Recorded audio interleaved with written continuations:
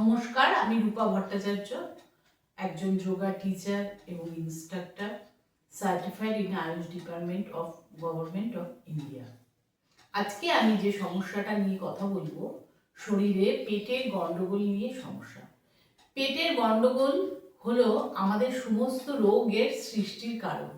আমাদের যদি 148 রকমের রোগ হয়ে থাকে, তার মধ্যে 135 রকমের রোগই হয়ে থাকে পেটের গন্ডগোলের জন্য।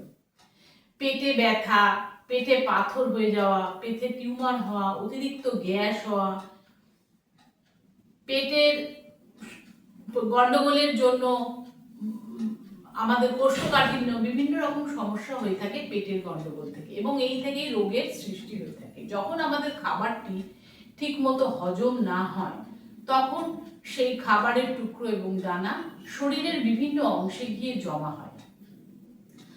কোনো সময় সেটা কিডনিতে গিয়ে জমা হয়, কিডনিতে স্টোন হচ্ছে, লিভারে গিয়ে জমা হয়, লিভারে স্টোন হচ্ছে, গলব্লাডারে স্টোন হচ্ছে, এগুলো কিন্তু দেখা যায়।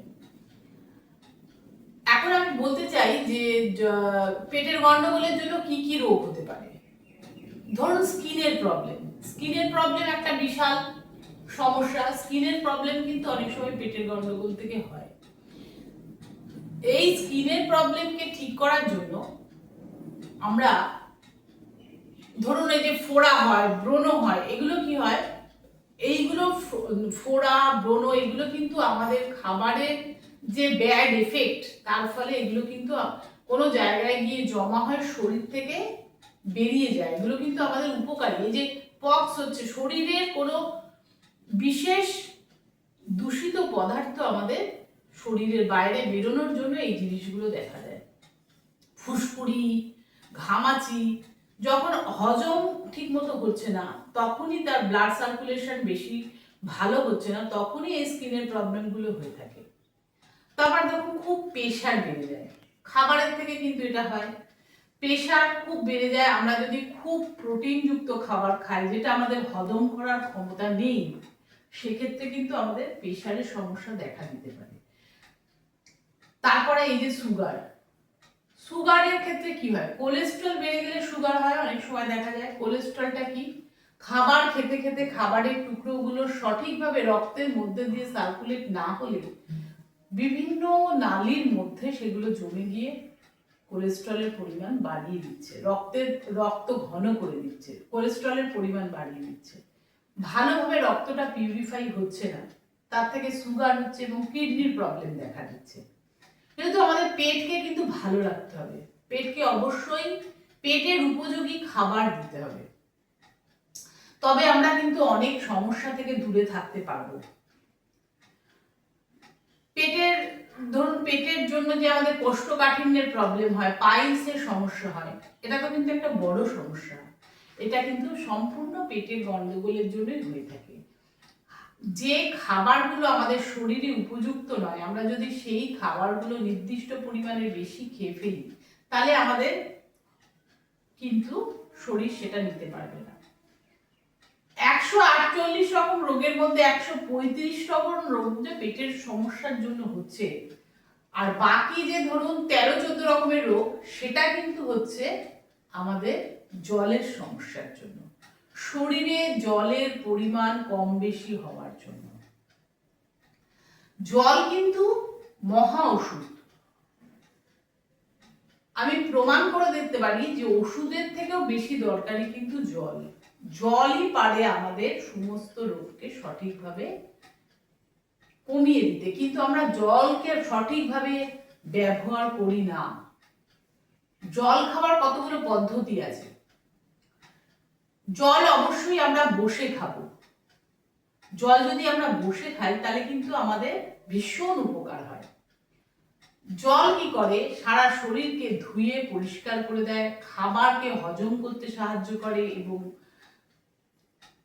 সঠিক পরিমাণে বজ্র পদার্থ আমাদের শরীর থেকে বের করে দিতে সাহায্য করে।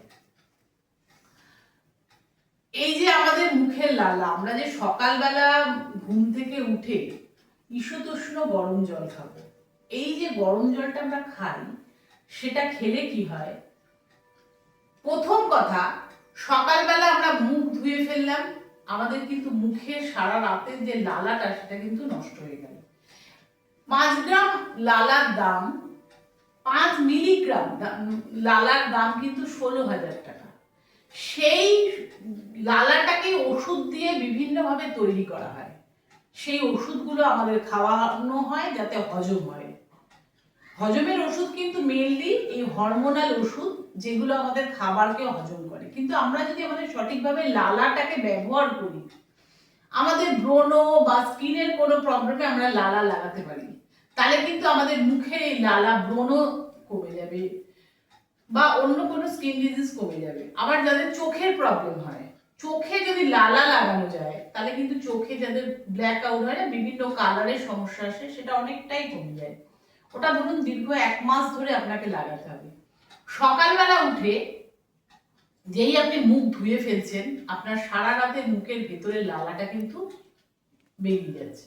তার মধ্যে আপনি একটা পেস্ট ইউজ করছেন, যে কোনো পেস্ট, সেটা তো একটা ডিটারজেন্ট বা মেডিকেটেড কোনো কিছু দিয়ে তৈরি, অটোমেটিক আপনার স্বাভাবিক অবস্থাটা নষ্ট করে দিচ্ছে। সেজন্য আমরা রাত্রিবেলা অবশ্যই মুখ ধুয়ে শুতে পারি। তাতে কি হয়, আমাদের দাঁতের ভেতরে যে ময়লাগুলো থাকে সেগুলোও পরিষ্কার হয়ে যায়, সারা রাত আমাদের মুখটা পরিষ্কার থাকে, তার ফলে আমাদের মুখে দুর্গন্ধ হবে না এবং আমরা লালাটাকে সকালবেলা ব্যবহার করতে পারবো।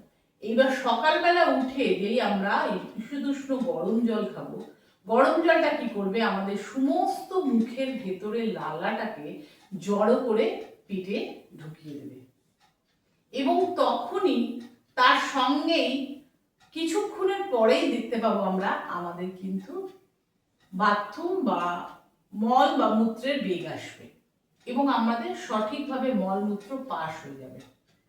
কারণ ওই হরমোনটা কিন্তু আমাদের শরীরে কাজ করে এবং আমাদের এর ভীষণ উপকার আছে।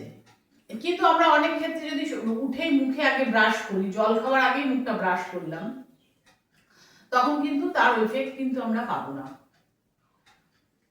আবার দেখুন, এখন শীতকালে অধিকাংশ, এখন গরমকালে, এখন গরমকালে অধিকাংশ মানুষই কিন্তু ভীষণ ফ্রিজের জল খেয়ে ফেলে। ফ্রিজের জল খেলে কি হয়, দেখবেন আপনি প্রত্যেকে, এত গরম পড়েছে একটু ফ্রিজের জল খেয়ে ফেলছে। ফ্রিজের জল খেলে কি হয়, সঙ্গে সঙ্গে ফ্রিজের জলটা যেই আমাদের স্টমাকে যাচ্ছে, সঙ্গে সঙ্গে কি হচ্ছে, সব জায়গা থেকে ব্লাড এসে যাচ্ছে, সব জায়গায় সারা শরীরের ব্লাডটা দৌড়ে আসছে। কেন না, ব্লাড আমাদের শরীরকে গরম রাখে, ব্লাডের উষ্ণতায় কিন্তু আমাদের শরীর গরম থাকে। আমাদের শরীরে ব্লাড সার্কুলেশন বন্ধ হয়ে গেলে কিন্তু আমাদের শরীর ঠান্ডা হয়ে যায়। তাহলে সেই ব্লাডটা সঙ্গে সঙ্গে পেটে আসতে তাড়াতাড়ি করে জলটাকে গরম করার জন্য সারা স্টমাক মলাশয় সব কুঁচকে যাচ্ছে।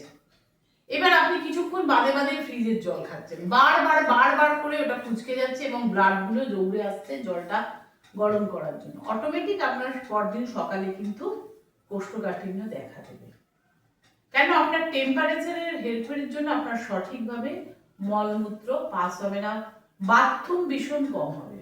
তার অন্যতম কারণ কিন্তু ফ্রিজের জল খাওয়া। আমরা এটা বুঝতে পারি না, জলটা আমরা ঠান্ডা জল খাইও কম পরিমাণে। সেক্ষেত্রে আপনি কলসির জল খান, মাটির কলসি কিনুন, কলসির জল খান। দেখুন, সব মাটি দিয়ে কিন্তু কলসি তৈরি হয় না, কিছু কিছু মাটি দিয়েই মাটির কলসি তৈরি হয়। মাটির মধ্যে কিন্তু একটা ক্যালসিয়াম, পটাশিয়াম, একটা ভীষণ উপকারী পদার্থ থাকে, যেটা ওই জলের মাধ্যমে আমরা খাই। সেই জলও ঠান্ডা কিন্তু প্রচন্ড উপকারী। সে জল খেলে আপনাদের শরীরে কোনো রকম প্রবলেম হবে না, ঠান্ডা জলও খাওয়া হবে, অথচ আপনি শরীর আপনার ভালো থাকবে। তাহলে এইটা গেল জল খাওয়ার অন্যতম কারণ, যেটা আমাদেরকে অনেকটাই ডিস্টারবেন্স করে তোলে। যে কোনো সময় আপনি চেয়ারে বসে বা খাটে বসে জলকে গ্লাসে করে নিয়ে চুমুক দিয়ে চিবিয়ে চিবিয়ে জল খান। এতে কি হয়, লালাটা সঠিকভাবে জলের মধ্যে মিশে যায়, ভীষণ উপকারী কিন্তু এটা। আচ্ছা, আর একটা জিনিস যেটা বলবো, আমরা কি বেশিরভাগ সময় কি হয়, রাত্রিরে কি হয়, খেয়ে দিয়ে শুয়ে পড়ি, জল খেতে কিন্তু ভুলে যায়। জল খাবার লাঞ্চ বা ডিনারের 40 মিনিট আগে জল খাওয়া উচিত। আপনার খুব খিদে পেয়ে গেছে, তখন আপনি জল খান, জল খেয়ে আপনার পেট ভর্তি হয়ে গেল, তার 40 মিনিট বাদে আপনি খাবার খান, জলের মধ্যে গিয়ে আপনার খাবারটা কিন্তু ডুবে যাবে, ভীষণ ভালো হজম হবে। খাবার খাওয়ার আবার 20 মিনিট বাদে আপনি জল খাবেন। আপনি খাবার খেলেন, সঙ্গে সঙ্গে জল খেলেন, আপনার কিন্তু কোনো ফল হলো না। খাবারটা খেয়েই, সেজন্য কি করি আমরা অনেকেই তাড়াতাড়ি করে শুয়ে পড়ি, হয়তো এত ঘুম এসে গেল ঘুমিয়ে পড়লাম, রাত্রে আমার আর জল খাওয়া হলো না। কিন্তু এটা কোনো সময়ই করবেন না। যতই ঘুম আসুক, উঠে আপনি জল খেয়ে তারপরে শোবেন, তবে কিন্তু আপনার শরীরে সঠিকভাবে হজম ঠিক হবে। আর একটা যেটা লাস্টে বলবো, যে পাইলসের সমস্যা অনেকের দেখা দেয়। পাইলসও কিন্তু খাবার ঠিকমতো হজম না হলে, মলাশয় দিয়ে সেই খাবার ঠিকমতো বজ্র পদার্থ না বেরোলে কিন্তু পাইলস হতে পারে।